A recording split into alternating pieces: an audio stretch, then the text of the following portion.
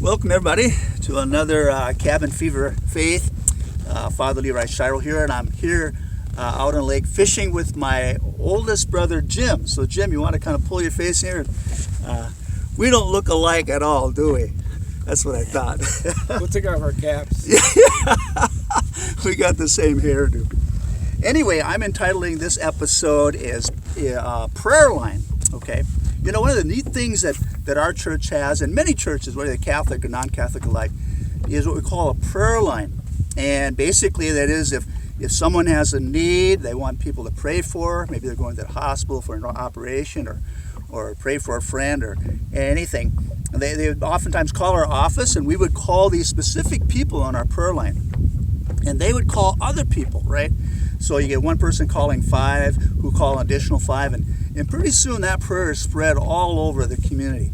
And it's sort of like dropping a pebble in the water, right? That wave goes out. So you get a lot of people praying for other people, and it's just a wonderful thing that we can do for each other.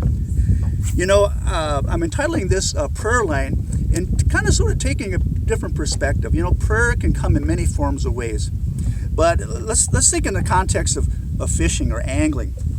You know, when you're fishing, you're casting out that line, right?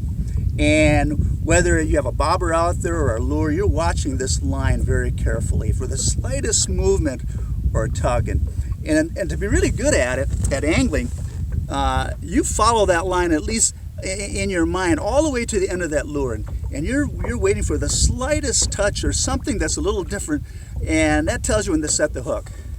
And if you're really good, you can tell what kind of fish is actually biting, whether it's a crappie or northern or walleye or bass or whatever. We're crappie fishing this morning, and yeah, we're having some pretty good luck. So anyway, but think about prayer. Isn't prayer sort of casting our line out, right, to God? And you know, so often we pray, sometimes we just forget about what we prayed for and we just move on.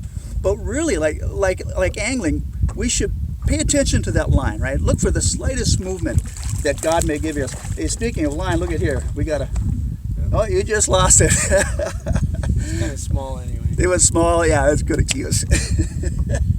But anyway, so when we pray, we should pay attention to that prayer line we're casting out to the Lord, right? And be sensitive to whatever tug that God may be giving. You know, in Matthew's Gospel, chapter 7, verse 7, Jesus says, "Ask and you shall receive. Seek and you shall find. Knock and the door will be open." And, you know, and it's important to know that Jesus, when we say that, when Jesus says that, he's talking about prayer. But when he says, "Ask and you will receive," he didn't say what you would receive, but you would receive something. When he said, "Seek and you shall find," he says we will find something in our prayer, but we don't. But it's not necessarily what we're looking for. It might, but we will find something. Knock and the door will be open. Right? Jesus didn't say what door. Sometimes the door we're knocking on is the wrong door. It's door number 3, right? But a door will be open, and that's the beautiful thing about prayer. Prayer never goes unanswered, but the answers received, the answers that we find, can be very different, but oftentimes better than what we prayed for. So cast that line, right? Cast that prayer, and then pay attention to that line, right? Watch, feel for the slightest tug that God may be giving you, and listen to that, right? Pay attention to that, and God will answer your prayers in neat and wonderful ways. So Father Leroy Shiro, signing off on this beautiful Monday morning, my day off, fishing with my brother, and